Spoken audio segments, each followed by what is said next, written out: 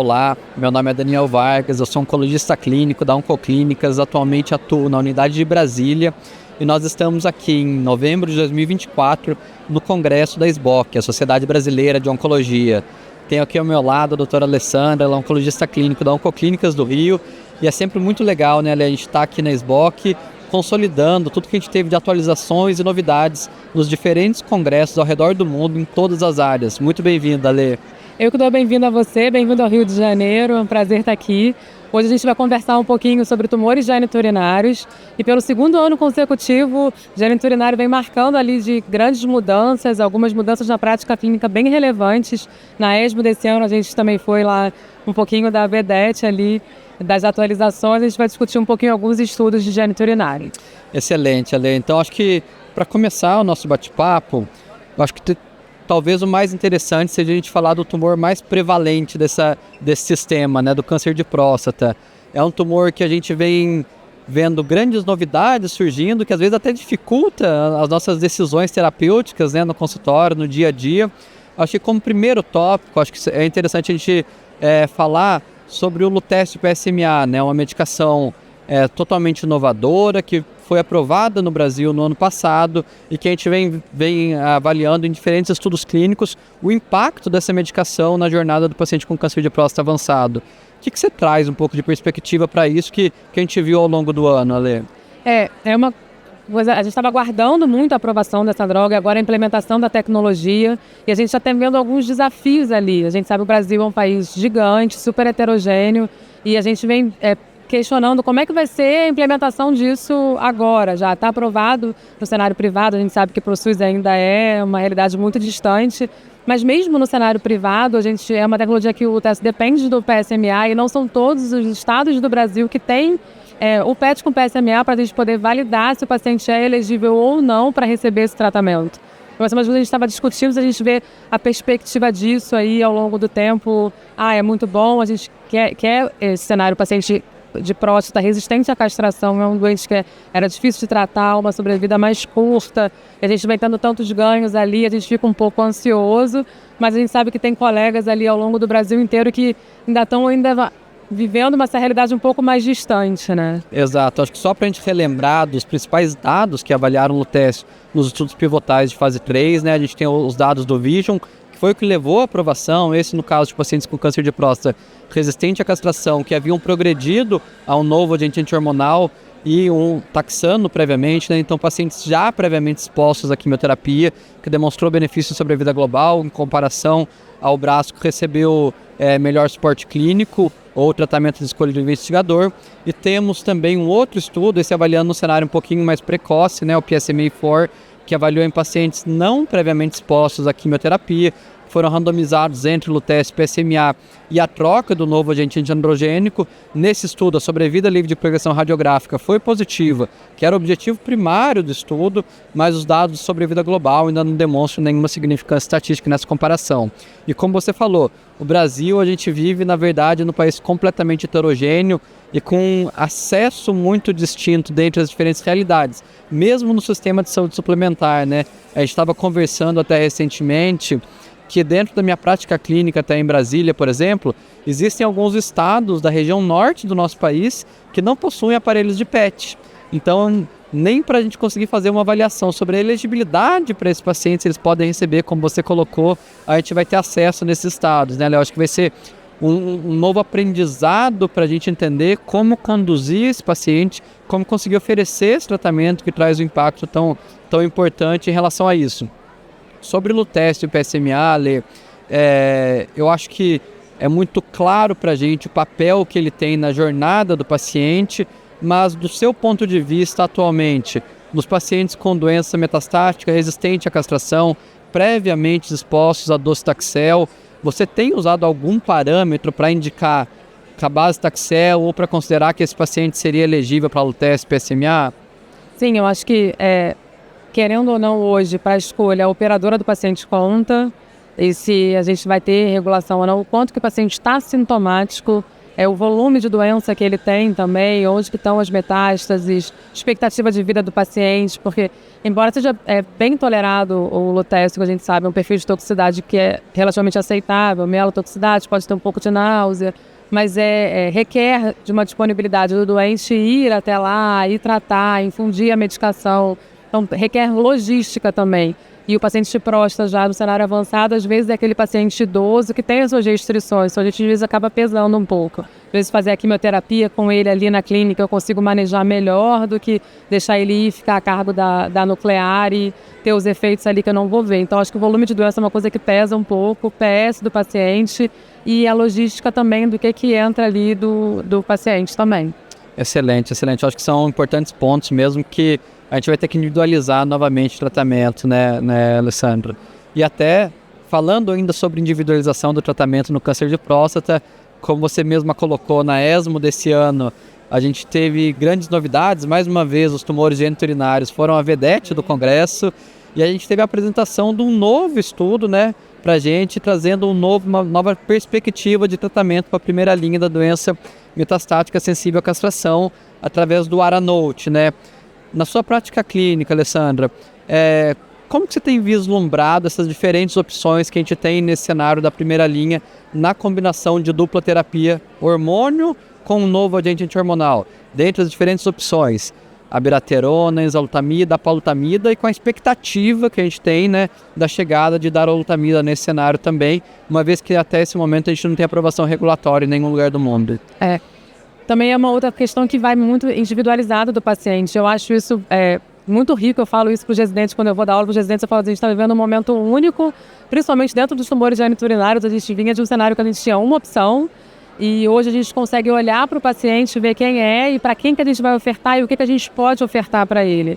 Então é isso, se o paciente tem um risco cardiovascular muito alto, se ele tem um diabetes que é descompensado, eu sei que ele vai ter que ficar usando a prednisona, talvez seja um dificultador para o doente tratar.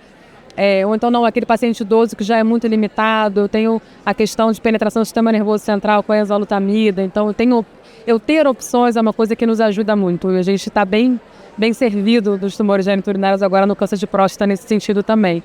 Então, acho que eu vejo como mais uma possibilidade, mais uma opção da gente conseguir individualizar e tratar o paciente em si, não tratar só a doença. Agora, a gente tendo essa opção com a questão regulatória e aprovação também, que a questão de operadora isso vai variar bastante. Excelente, eu brinco que antes era um desafio que deixava a gente triste, né? Que era não ter o que escolher, era o desafio do consultório. Hoje o desafio, por mais que não seja menos difícil, é muito mais prazeroso para a gente ter o desafio de escolher entre diferentes opções, todas muito eficazes e com perfis de segurança distintos. Sim. Uma coisa que vem acontecendo, eu acho que dentro dos tumores geniturinários próstata, a gente vai mudar daqui a pouquinho para a bexiga, é que isso é muito rico também dentro da oncologia. Os estudos estão vindo e eles estão acontecendo e aprovações de standard of care estão acontecendo e os estudos estão fechando e assim, mas o meu braço controle não era o que era aprovado para o standard, e agora? Como é que a gente faz? E às vezes é um dificultador, mas isso é uma coisa boa, a tecnologia está acontecendo, a gente está tendo ganho, está tendo mais opções, então a gente vai ter mais opção de individualizar isso para o paciente. E até a realidade brasileira vem mudando muito, né, Alessandra? Antes, muitas vezes, há 5, 10 anos atrás, a gente via aprovações que aconteciam, por exemplo, nos Estados Unidos, que demoravam muito para ocorrer aqui no Brasil. Recentemente, nos últimos anos, a gente tem aprovações de drogas que ocorreram, alguns regimes até no Brasil antes, foi aprovado pela Anvisa, antes de ser aprovado pelo FDA. Então, acho que é realmente um novo cenário que a gente está vivendo e que traz desafios, mas desafios bons para a gente no cuidado com os nossos pacientes. Falando agora um pouco dessa questão dos estudos acontecendo antes, num paciente próstata aqui no cenário sensível, você ofertou a terapia tripla para ele, então ele recebeu as 3 drogas que podiam. Você consideraria, acha que esse paciente seria elegível para o lutécio na progressão? Dependendo de quem for o paciente, você consideraria estar um pouco fora ali do desenho do estudo, mas ele recebeu as drogas antes, né? Excelente questionamento, mas eu considero sim que esse paciente seria um bom candidato ao lutécio PSMA, obviamente colocando todas as ponderações que você colocou sobre logística, segurança, condições do paciente que recebeu o tratamento, mas lembrando, acho que é sempre bom a gente relembrar, a gente tem um estudo, fase 2, o Therapy, que comparou Cabazitaxel com Lutece PSMA era um estudo desenhado para ver a sobrevida livre de progressão. A sobrevida livre de progressão com Lutece PSMA foi superior a Cabazitaxel. Taxa de resposta por PSA foi aproximadamente o dobro. E quando a gente olha também do ponto de vista de segurança, o percentual de pacientes tendo eventos adversos, principalmente eventos adversos de graus superior a 3, foi menor com o teste PSMA. Então eu considero sim essa uma excelente opção, como você colocou bem, saindo fora do que era o desenho do estudo original, o Vision, mas consideraria sim para esse paciente numa primeira linha de doença resistente à castração, que ele acabaria entrando no Lutece PSMA por já ter sido exposto a um novo agente e à quimioterapia também. Esse é um dos grandes desafios que a gente tem agora na oncologia como um todo, não só nos geniturinários, que é... A gente vai ter que começar a entrar na briga com as operadoras também para entender que é individualizado o tratamento, mas que o doente se encaixa dentro do perfil, apesar de não estar dentro do estudo por si, que é a vida real, né? Falando um pouco de vida real agora, a gente vai passar para a bexiga, que a gente teve o Niagara, que foi também Menina dos Olhos na ESMO desse ano, que foi para a bexiga ali neoadjuvante, adjuvante. Como que você viu esse estudo? Excelente, excelente. Câncer de bexiga é um cenário que até pouco tempo atrás a gente carecia de tratamentos, né? No cenário precoce, cenário avançado. Agora, nos últimos anos, a gente tem tido incorporações de novas terapias, de imunoterapia, os anticorpos conjugados à droga, terapia-alvo com erdafitinib. Eu acho que é um cenário de doença que vem mudando, felizmente, e mudando para melhor, porque é uma doença grave, é uma doença agressiva.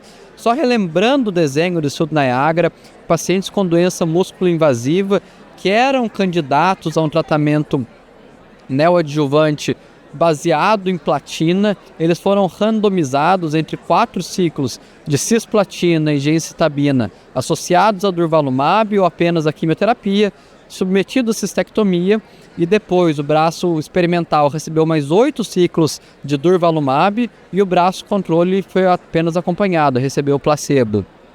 Eu acho que o estudo é inegável o benefício, houve um benefício de sobrevida global relevante clinicamente, estatisticamente também significativo nesse cenário. Como eu falei, é uma doença bastante grave que nos preocupa e agora eu acho que cada vez mais vai fazer necessário o interlaço, a nossa interdisciplinaridade junto com a equipe da urologia para que esses pacientes cheguem para receber essa terapia quando tiver aprovado, né, Alessandro?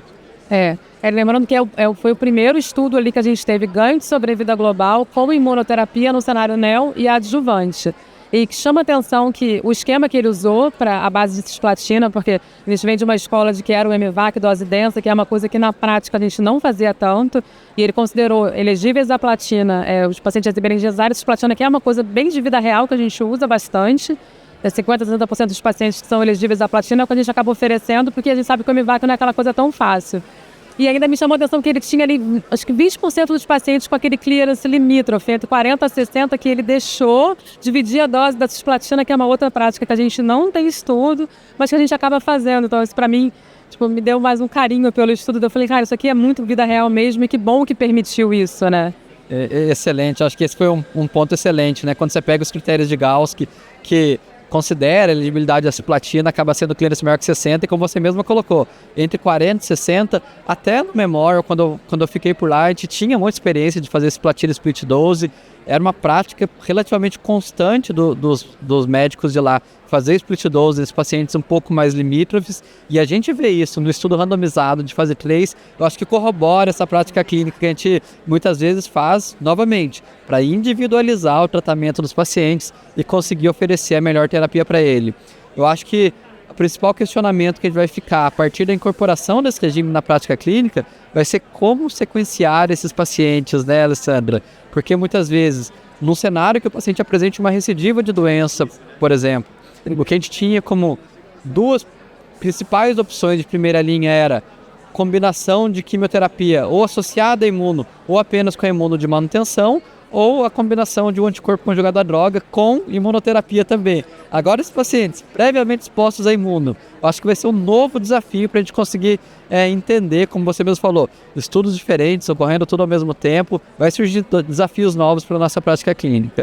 A outra dúvida que fica desse também é qual é o real benefício da adjuvância nesses pacientes, já que a aprovação de adjuvância nesse cenário pós-cistectomia veio junto com o recrutamento de estudo tinha fechado. E agora, tipo, o que vai ter benefício ali da adjuvância ou não nesses pacientes, a gente meio que se questiona. E dados futuros, a gente vai saber se vai ter o papel de ctDNA nesses pacientes para acompanhar e identificar se quem vai ser elegível para receber a imuno ali ou não. São coisas que estão por vir ainda, tem mais novidades em gênero urinário para chegar. Porque muitas vezes a gente acabava utilizando a resposta patológica completa, talvez como maior discriminador desse paciente, mas como você mesmo colocou, eu acho que ela não vai ser suficiente para a gente fazer essa análise. Provavelmente o ctDNA vai ser muito mais sensível para a gente escolher qual paciente que de fato vai precisar dessa fase pós-operatória do tratamento, até para a gente discutir, como a gente falou mesmo, sobre acesso de tratamento. A gente também tem que poupar os pacientes que não precisam dessa fase adjuvante, ainda que o estudo tenha sido desenhado assim, e principalmente na fase inicial da nossa aplicação prática desse regime, a gente acabe fazendo para todos os pacientes, né, Alessandra? Excelente, acho que finalizamos nosso bate-papo. Todos os tópicos que foram abordados no tópico do GEO são tópicos que vão trazer mudança para a nossa prática clínica no futuro muito breve, né, Alessandra?